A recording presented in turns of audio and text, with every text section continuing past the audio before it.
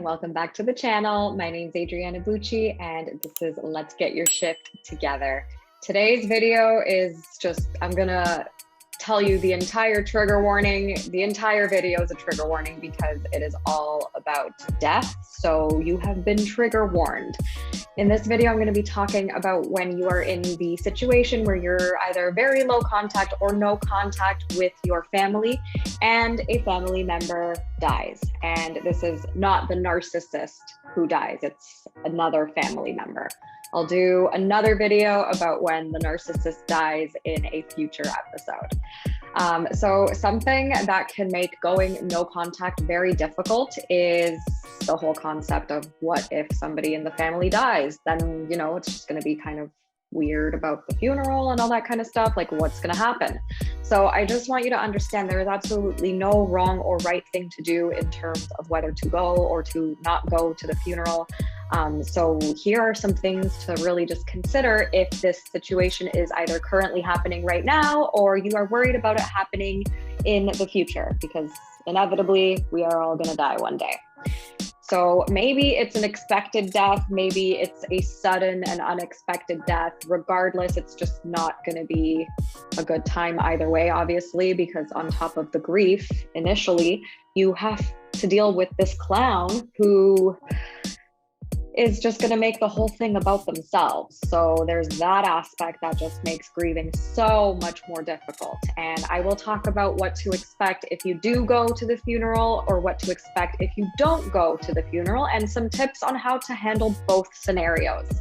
And again, before I dive into it, I'm just going to say one more time, there's absolutely no right or wrong thing for you to do. Every situation is different. Whatever you choose to do is completely okay. You are not breaking any laws. You are not harming anybody by not going or anything like that. Like death is a very delicate subject, but when it comes to, having escaped a highly abusive, dysfunctional family situation, there's a lot of things to consider in terms of whether or not to attend another family's funeral when the time for that comes. So just throwing all of that out there. So the first thing to understand, I'm going to start with going to the funeral. You need to understand that this funeral is not about the narcissist, okay? This is about the family member who died and your relationship with that person. If you want to attend their funeral, attend. If you would absolutely regret not going, go. Make sure that you grieve the loss of this person in whatever way you need to grieve, okay? So if you do end up going to the funeral, here's what I would personally do. And, I'm not saying this is the absolute right thing to do, but this would be my advice to pretty much anybody who, chooses to attend the funeral. Number one, go by yourself. Whether that's completely by yourself alone or with your household or the family that you now have created outside of your family of origin, right? As long as it's a safe person, obviously. Whatever the situation you're in now is totally fine and absolutely completely okay if you literally just go by yourself. It's going to be uncomfortable, of course, but it's better to not go with the dysfunction that you left, right? So do not go with your family that you have been low or no contact with. Do not carpool with them. And do not assume that now that somebody has died, that the narcissist is going to behave like a normal, rational, reasonable person, because no, they are not going to behave normally. You would think they would because somebody died, but you have to keep your realistic expectations, because you can predict their behavior. They're not going to behave normally. So ideally, you go, you pay your respects, and that's kind of that. You go home after, and that's it. You don't have to really attend the lunch after or the dinner after if you don't want to. I would not recommend it because that's where all the drama just kind of exacerbates. If you have a safe group of people to be with and you do choose to go and that you're not going to be able, they're not going to contact you or come near you, the people that you're avoiding, then sure. But it's okay to not go, is what I'm trying to tell you. While you are at the funeral, expect the narcissist to make this person's death about them. Okay, it's super embarrassing, it's super ridiculous, but this is because everything's about them and this is who that person is. So hopefully everyone's going to be observing that, like, this is who this person is. Like, they're literally making this other person's death about them. And maybe they'll start opening their eyes, the other people in your family, but that's not what this is about. Just expect stupidity from the narcissist, disrespect, absurdity, them making it about themselves. And something that you could keep in mind is that this is somebody who thinks that it's somehow appropriate to display these theatrics at a funeral of all places, right? Keep that in mind at all times, because this is going to help you kind of avoid their potential manipulation tactics. And this is going to help you to see them in the correct light, because this is who they are. Do not engage with the narcissist. Do not feed their need for supply. Keep your distance from that person as much as possible. The gray rock method is going to be your friend. And so if you don't know what the gray rock method is, it's basically you become a gray rock. So that's boring, null, one-word answers, no emotional responses. Keep your responses short, to the point, one-word answers. Unemotional, but of course you're at a funeral, so you're probably going to be emotional. So of course that's to be expected, but just do not give the narcissist or their flying monkeys or enablers any information about yourself, right? Like, don't cry into the narcissist's arms, right? Because they're gonna feed off of that. Obviously you're at a funeral, a lot of crying is gonna happen. So I mean, do that not around the narcissist. If you can help it, don't try and suppress your emotions. Obviously, like, this is the most appropriate place to be crying, especially considering the circumstances, obviously, right? It's just, you don't want to start getting into like stories and stuff like that with the narcissist, because that's just going to turn into a whole thing. So I would highly recommend journaling before you go to the funeral. And you know, we'll get to that very shortly. So regardless, if you do have to engage with the narcissist or the flying monkeys or the enablers, keep the conversation to the point about respecting the life of the family member who just died, and know when to walk away, know when to leave. If you have to leave early because just the stupidity is happening with these people, it's okay to leave early, okay? The person who died would absolutely understand. Like, I'm not going to go too woo-woo into this, but honestly, like, they would probably understand if you had a strong bond, a strong relationship, and, you know, maybe they even knew about the dynamics and all that. I am sure that they would understand. And I mean, it's kind of like weird to put yourself in the situation of like being the dying relative, but like, imagine if you were in their shoes and, you know, you didn't come to your funeral, you would probably understand, right? So just wanted to throw that out there. So let's talk about journaling before and after the funeral. So before you go to the funeral, I want you to journal. Rage journaling. So this is just the TMS journaling that, you know, we hear about from Dr. Sarno, Nicole Sachs, you know, all of that fun stuff. Pen, paper, 20-minute timer, vomit on paper. Okay. Any thoughts that are up there, throw them onto the paper, see what emotions come up, see if you can let yourself feel those emotions. Okay. This is going to help you untangle a lot of the confusion and the mind fuck that is going to be there before you go to the funeral. And of course, after the funeral, journal again, because obviously maybe stuff is going to be triggered, right? It would be surprising if you did not get triggered in some way from attending this funeral, right? So same thing, 20-minute timer, pen, paper, vomit on paper, destroy the paper after the timer is done. And some BS that might happen after the funeral, which is why it's important to continue journaling. And I would just recommend everyone just journal, okay? Like on a regular basis, whatever happens that day, journal.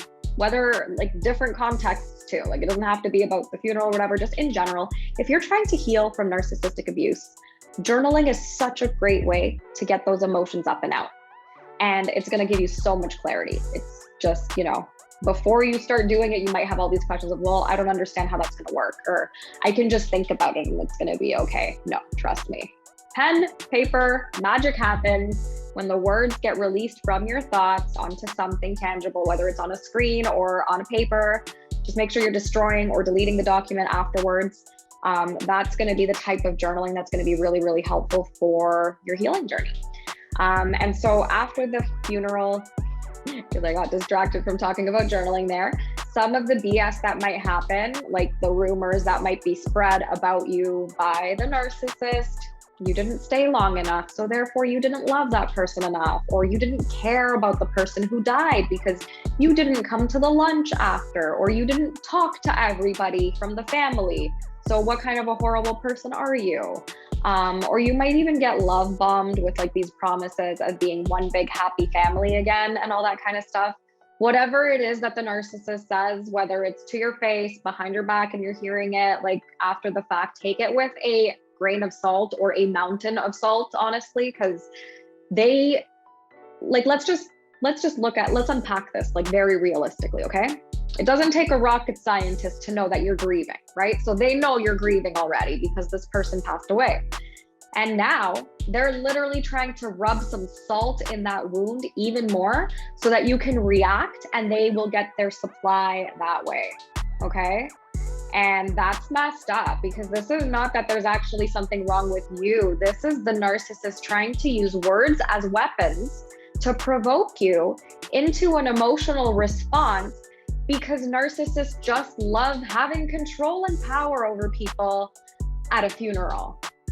Let that sink in for a minute, okay? Because if that doesn't tell you just how whack this person is and how unseriously you should take any word that somebody with that kind of thought process has, then I don't know. Now let's talk about not going to the funeral, okay? Now it does not mean you love that person any less, okay? You are not a horrible monster for not going, and it does not mean that you did not love that relative any less if you do not go, okay? Sometimes there are situations where for your sanity, for your mental health, for your safety, you cannot go, and you really have to keep the strict no contact, even if you care very, very deeply about the person who died. And that is okay. And like I said before, this person would understand, I promise you, okay?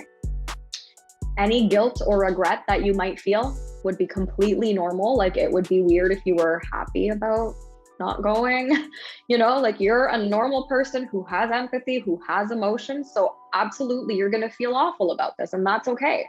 You feeling awful about this does not make you a horrible monster, okay? So just make sure you're at peace with not going. And a great way to get yourself to that point of being at peace with it is to journal it out. So exactly the same style of journaling I just described. Notice what emotions are there and let yourself feel them fully, okay? This is obviously not fun, but let's be realistic. Is it ever a happy time when someone dies? No, like absolutely not. So, make sure that you grieve in whatever way you need to grieve. Do not hold on to those emotions because they're not going to go anywhere. They're going to stay stuck in your body. And, it's that they're going to lead to even more of that confusion and those awful thoughts about yourself that are not true if you don't let yourself process those emotions, okay? Once all is said and done, right? Like you didn't go to the funeral, the narcissist saw that you didn't go, you can totally expect the narcissist to start spreading some really horrible rumors about you, of course, and about the fact that you didn't go to the funeral. They're going to say what a monster you are, how horrible you are. So absolutely process how you feel about this. Remember that this is a smear campaign, and this person, again, is trying to gain a sense of power and control and using another person's death as leverage for that. That is extremely messed up and not normal and not okay. And if anything, the narcissist, should be feeling guilty that they're using this person's death to manipulate the situation. But of course they won't, because they're narcissists and it's all about them anyways and how they feel about everything, and screw everybody else.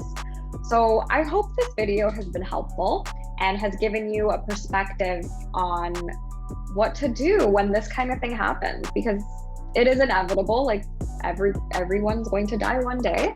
And unfortunately, when we have narcissistic family members, especially if it's a narcissistic parent, sometimes we have to kind of estrange ourselves from the entire family for the sake of our own mental health, safety, and sanity.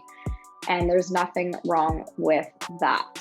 And, you know, the relationship that you had with the person in your family who passed away, whether it's a family member or a family friend or relative of some sort, just, you know, that person will always be in your heart regardless, right? You're not going to forget that person, and they will live on within you in that way. And I know that this sounds really sappy, but like, you know, just a little pep talk, I guess, that, you know, you're not going to forget that person ever, right? Like they're just always going to live in your heart, and that's that. And whatever the narcissist has to say about that, they're using someone's death as leverage to gain control over you, which is just not okay. Absolutely, you can totally visit that person's gravesite after, you know, the funeral's over, right? You can see like when the funeral's happening, when the burial's happening, and go like right after, so that you can just pay your respects by yourself without, you know, the clown car having anything to say about it or being in the vicinity. So there are options. It's just they're not the ideal options, obviously. Obviously, you probably want to go and pay your respects that way, but if you can't, you can't. And you're not an absolutely horrible person if that ends up being the case. So I hope this video has been helpful. Let me know in the comments if you've been through this and what you did, because that might help out other survivors as well who are potentially going through this. Until next time, see you later. Bye.